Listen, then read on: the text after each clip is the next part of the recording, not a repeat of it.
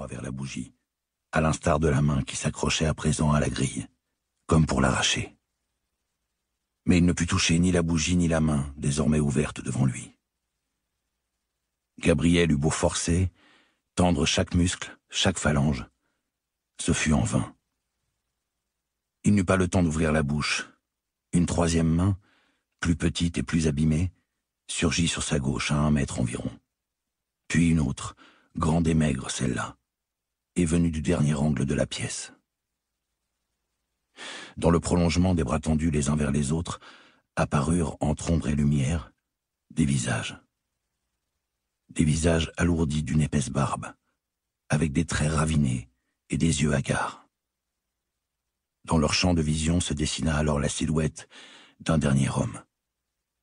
Un individu debout, qui ne portait pas de chaîne, tout de noir vêtu, jusqu'au feutre posé sur son crâne.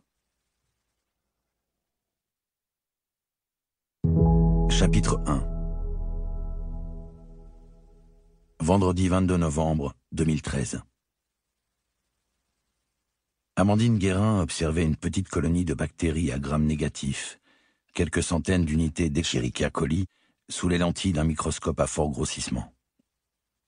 Les organismes, colorés par le violet de gentiane, mesuraient à peine 3 millionièmes de mètre et barbotaient dans leur solution nutritive. La microbiologiste se recula de la paillasse et laissa la place à son stagiaire. « Tu vas voir, là, elles sont un peu stressées. » Elle devina que, derrière son masque respiratoire, Léo n'en menait pas large. Il approcha ses yeux bleus des oculaires. Dans cet environnement sécurisé, on manipulait des salmonelles, des staphylocoques, des listeria, que l'on sortait de congélateurs à moins 80 degrés, situés dans un coin du laboratoire. Des bactéries rarement mortelles, mais à utiliser avec la plus grande précaution. C'est plutôt moi qui suis stressé. Au pire, elles te colleront une diarrhée de 3 ou 4 jours. Dis-moi, quelles sont les causes de stress des bactéries? Les changements de température, le froid, le chaud, les modifications de l'environnement d'un point de vue chimique, la pression, la luminosité. Et quelle stratégie développent-elles face au stress? Elles vont consommer le moins possible d'énergie, se mettre en dormance ou se coller les unes aux autres. Certaines bactéries comme l'anthrax vont fabriquer des spores pour se protéger de l'environnement. Parfait. Quand quelqu'un frappa avec vigueur sur l'unique paroi translucide du laboratoire sécurisé de type NSB2, niveau de sécurité biologique 2. Amandine tourna la tête. C'était Alexandre Jacob, le chef du groupement d'intervention microbiologique, le GIM. Elle lui fit signe d'entrer, mais il refusa. À l'évidence, il n'était pas d'humeur à enfiler une tenue. De ce fait, elle donna quelques consignes à son étudiant, abaissa son masque sur sa blouse, ôta ses gants et se lava les mains, frottant avec soin entre chaque doigt, insistant sur ses ongles coupés à ras. Elle sortit par le sas. Derrière elle, sur la porte, était accroché un panneau jaune et noir d'avertissement de danger microbiologique.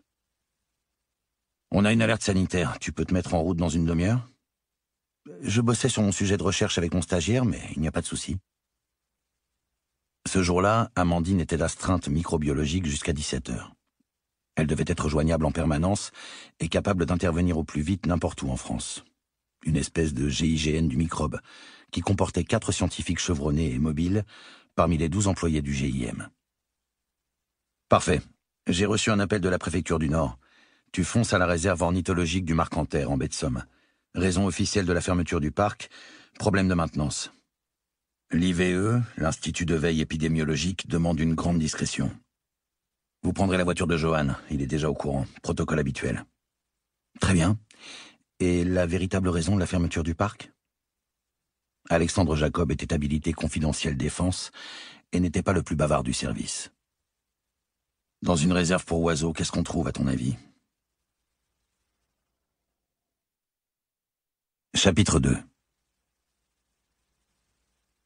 Amandine signala à son stagiaire que les manipulations étaient terminées, se chargea de nettoyer et désinfecter le matériel, puis jeta sa tenue dans une corbeille à déchets infectieux. Elle ne portait pas de charlotte. Ses cheveux, d'à peine quelques millimètres, dévoilaient un crâne presque chauve qui interpellait tous ceux qui la rencontraient pour la première fois.